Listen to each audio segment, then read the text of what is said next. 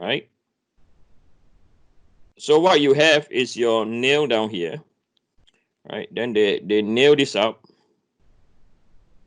right? So the nail is held in because of what? Why is the nail sitting? Why is there a resistance force? Right? It's because of friction. Yes or no? Because of friction and because of the shear over here. Right? This is the shear. Right? So when you pull the nail out, they measure the what? The force. Right? So this is the nail.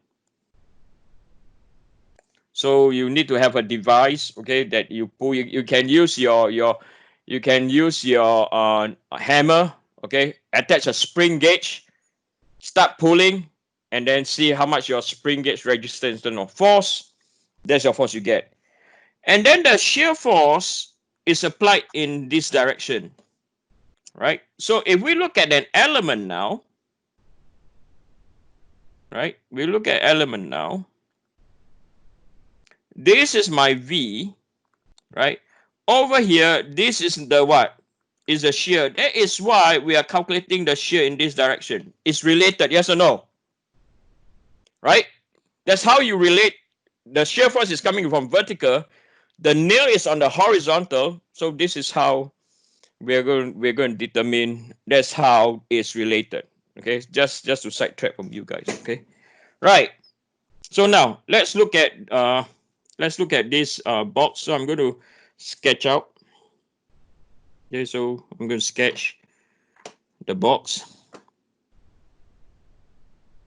As I said, in engineering structure analysis, shearing stress is one of the most complicated topic. It's so abstract. Okay, when I'm teaching this course, the first few times, I found it very, very like abstract, as in it's difficult. It's not easy to understand. It's difficult to grasp the concept until I created those 4 rules. Once I created those 4 rules, or based on deriving, okay, when I got those 4 rules, things are so much easier. Okay, I'm serious. Things are so much easier once you have the rules, and when you obey those rules, it works. Okay, it always works. That's why I'm selling it to you guys, and that's where you build confidence. I can give you any structure now. You apply those 4 rules, you're good to go. Okay, I hope so. Okay, if not, yeah, oops. Some of you say, yeah, oops, Eugene. Okay, so sorry guys, I think come on, don't do this on me. So this is our, yep. So this is our cross section. All right. So we're going to have a nail over here. We have nails over here. We have nails here. And we have nails over there. Right? And then where it's going to, so as I said, this is given. Okay, we did not need to find this. And it's given that, so 5, 6, 7, that the centroid, say this is given. The centroid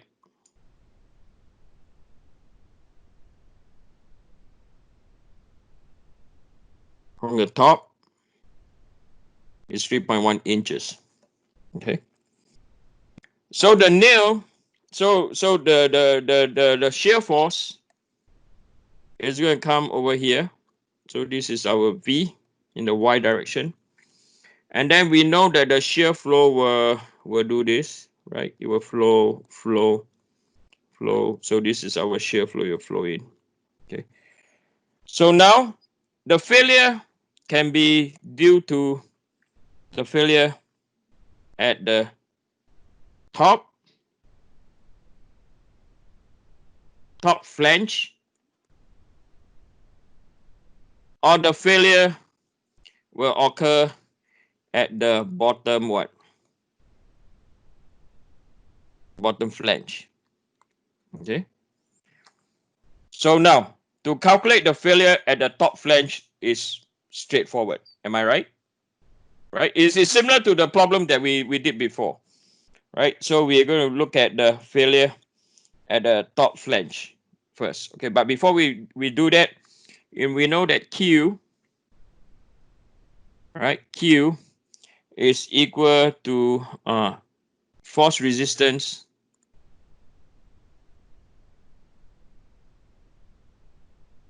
of the nail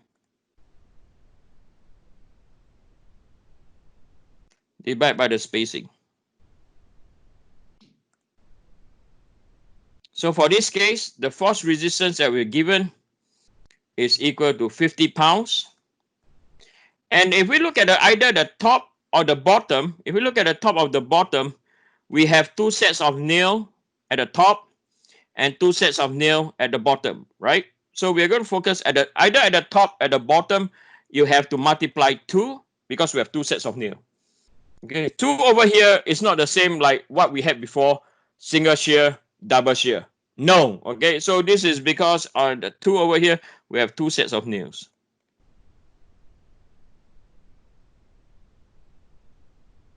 And then divide by the spacing over here. The spacing of the nail is, are we given the spacing of the nail? The spacing of the nail is also 2, right? So this will be equal to 50 pounds per inch, okay? So we're going to look at the top flange, failure at the top flange.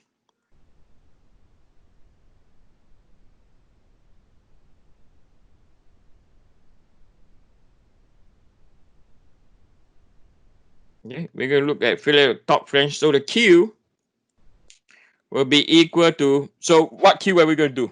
Right, we're only going to focus the Q for this area over here.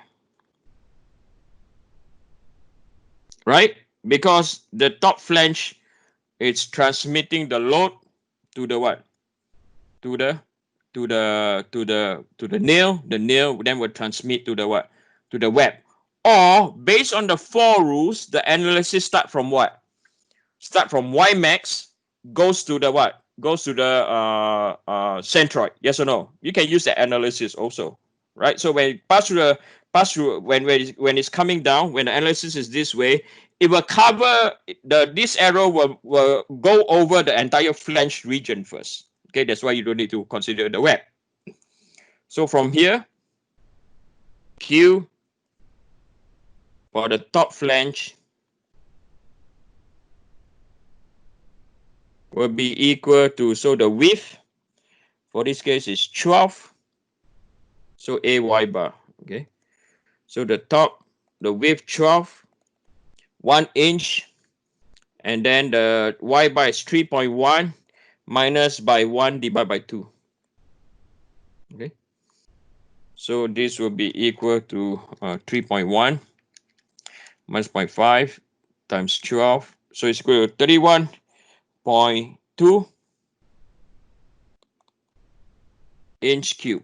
So from here, we know that the Q is equal to V Q top flange divided by I. So Q we know that is equal to 50. V is what we want to find out. Q top is equal to 31.2. And the I is equal to 197.7. So from here, V is equal to 50 times by 197.7 divided by 31.2 is equal to 316.8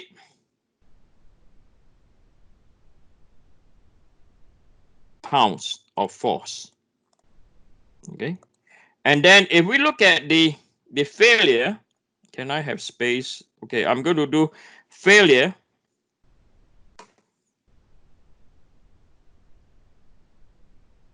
Okay, we're going to do failure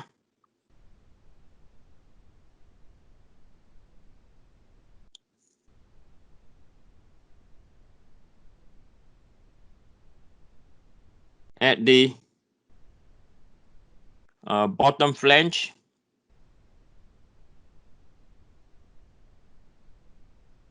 right? Bottom flange. So if we look at the bottom flange, the failure, right? The area to consider is just this area. We don't need to consider the area of the web. I know some of you tell me, Eugene, you look at your VY, and then if you look at your flow of your arrow, it's coming from the top, so on and so forth. But what did rule number 4 says? That the first moment of area cannot cross the what? Cannot cross the centroid. Okay, the first moment of area cannot cross the centroid. So with that, we calculate A bottom flange, like the example that we've been through before, right? So this is equal to A y bar. So the width is equal to 6. The depth is 1.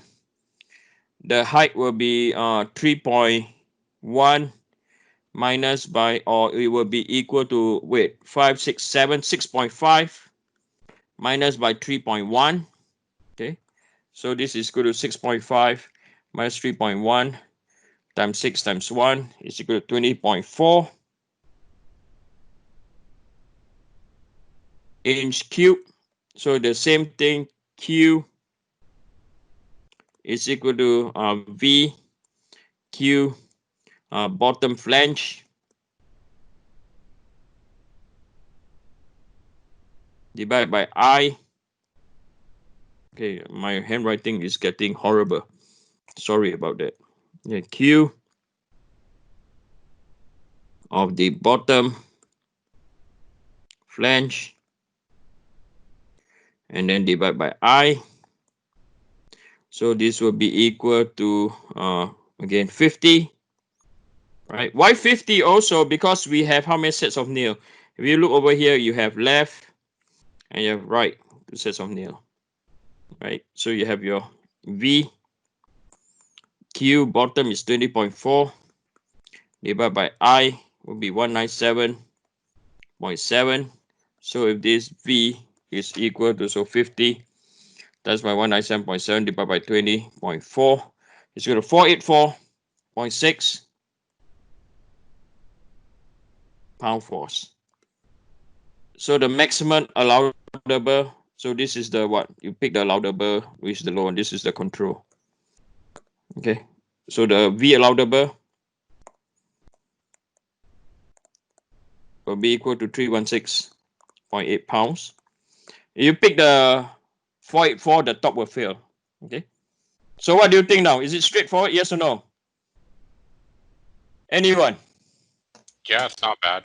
Yeah, right. So again, you stick to the 4 rules, you'll be fine. Okay. The thing is, when you don't stick to the 4 rules, that's where Excuse me.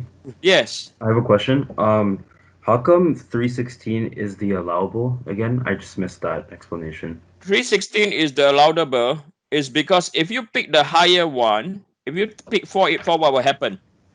The top will fail, Mm, right? yeah. Yeah, the top will fail. So for that reason, you pick the lower one. Okay. Thank you. Eugene, Yep. so you say for this question, so centroid was given, we didn't have to find it. Yeah, but in I mean, I'm focusing on The trying to make you understand shear force quicker than wasting time on looking for central and first moment of area. mhm, Because that's very straightforward, like what I taught you last week. Yes or no? yep. Okay. Finding the central and first moment of area is so easy. Is the analysis for the shear force that is going to take you time and it's more difficult. Yes? Mm-hmm. Okay. Right? Yep. Okay. Any other question?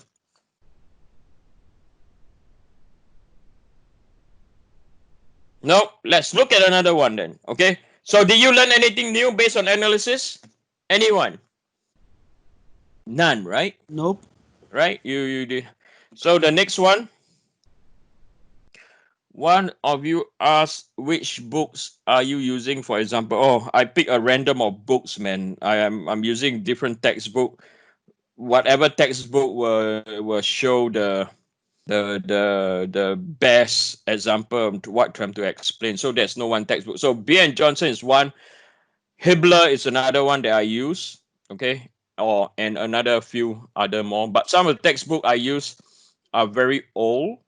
Okay, so it's those old textbook that are